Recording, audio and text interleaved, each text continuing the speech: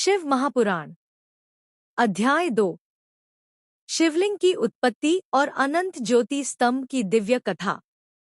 भूमिका intro 1 minute. ओम नमः शिवाय। यह शिव महापुराण की वह पावन कथा है जो हमें बताती है कि भगवान शिव क्यों अनादि, अनंत और सर्वश्रेष्ठ हैं। यह कथा केवल एक घटना नहीं बल्कि अहंकार, सत्य और भक्ति का गहरा संदेश है। आइए श्रद्धा के साथ श्रवण करें। शिवलिंग की उत्पत्ति की दिव्य कथा। ब्रह्मा और विष्णु का विवाद। सृष्टि के प्रारंभ काल की बात है। संपूर्ण ब्रह्मांड शांत था। देवताओं का कार्य सुचारू रूप से चल रहा था। एक दिन ब्रह्मा, जो सृष्टि के रचयिता थे, और भगवान विष्णु, जो सृष्टि के पालन करता थे, के बीच एक विचार उत्पन्न हुआ। ब्रह्मा ने कहा, मैं सृष्टि का रचयिता हूं, इसलिए मैं सर्वश्रेष्ठ हूं। विष्णु बोले, मैं सृष्टि का पालन करता हूं, मेरे बिना यह जगत टिक नहीं सकता। धीरे धीरे यह विचार विवाद में बदल गया। दोनों अपने अपने कार्यों को श्रेष्ठ बताने लगे। देवता चिंतित हो उठे। यह विवाद यदि बढ़ता तो सृष्टि का संतुलन बिगड़ सकता था। अनंत ज्योति स्तंभ का प्रकट होना। उसी क्षण आकाश और पृथ्वी के बीच एक अद्भुत तेजस्वी प्रकाश प्रकट हुआ। वह न अग्नि था, न सूर्य, परंतु उससे अधिक तेजस्वी। वह था एक अनंत अग्निस्तंभ, जिसका न प्रारंभ दिखाई देता था और न अंत। पूरा ब्रह्मांड उस प्रकाश से प्रकाशित हो गया। देवता, ऋषि, गंधर्व सब स्तब्ध रह गए। सत्य की खोज का निर्णय। ब्रह्मा और विष्णु ने सोचा, इस स्तंभ का रहस्य क्या है। निर्णय हुआ, जो इसका अंत खोज लाएगा वही श्रेष्ठ माना जाएगा।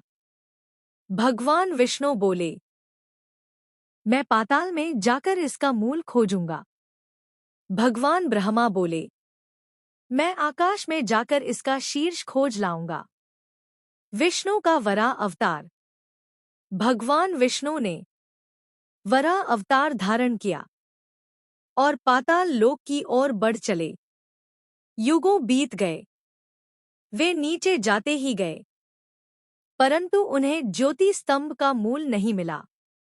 थककर, विनम्र होकर विष्णु ने स्वीकार किया, मैं इसका अंत नहीं खोज सका। यह अनंत है। ब्रह्मा का हंस रूप और असत्य। भगवान ब्रह्मा ने हंस रूप धारण किया और आकाश की ओर उड़ चले। बहुत दूर जाने पर भी उन्हें अंत नहीं मिला। मार्ग में उन्हें केवड़ा पुष्प, केतकी फूल मिला। ब्रह्मा ने उससे कहा, तुम साक्षी देना कि मैंने अंत देख लिया है। पुष्प ने सहमति दे दी। यहां असत्य का जन्म हुआ। भगवान शिव का प्राकट्य। तभी वह अनंत ज्योति स्तंभ धीरे धीरे शांत हुआ और उसी प्रकाश से भगवान शिव प्रकट हुए। जटा में गंगा, मस्तक पर चंद्रमा, त्रिनेत्र से युक्त, भस्म अलंकृत शरीर। संपूर्ण ब्रह्मांड नतमस्तक हो गया।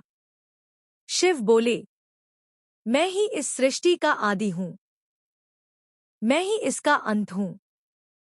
जो सत्य पर चलता है वही मुझे पाता है। सत्य और असत्य का परिणाम। भगवान विष्णु ने सत्य स्वीकार किया। शिव ने उन्हें हृदय से लगाया। ब्रह्मा ने असत्य कहा।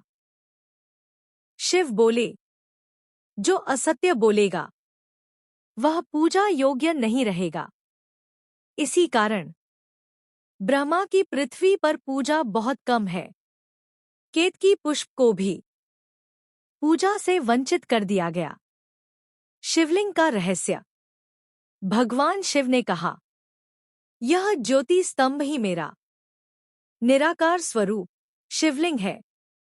शिवलिंग न जन्म लेता है, न मरता है, न स्त्री है, न पुरुष।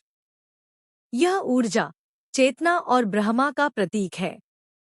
जो भक्त श्रद्धा से शिवलिंग का पूजन करता है, वह मुझे शीघ्र प्राप्त करता है। शिवलिंग पूजन का फल। शिव ने बताया, जल अर्पण मन शुद्ध, बेलपत्र पाप नाश, दीप अज्ञान का अंत, मंत्र आत्मा का उत्थान, फलश्रुति समापन। जो भक्त श्रद्धा से इस अध्याय को सुनता या सुनाता है, उसके जीवन के कष्ट दूर होते हैं, भय, रोग, दोहक नष्ट होते हैं, अंत में मोक्ष प्राप्त होता है। शिव ही सत्य है, शिव ही अनंत है। यदि आपको यह कथा पसंद आई हो, तो भगवान शिव की कृपा से इसे अधिक से अधिक लोगों तक पहुंचाइए। हिंदी स्टोरी चैनल को लाइक सब्सक्राइब जरूर कर ले। हर हर महादेव।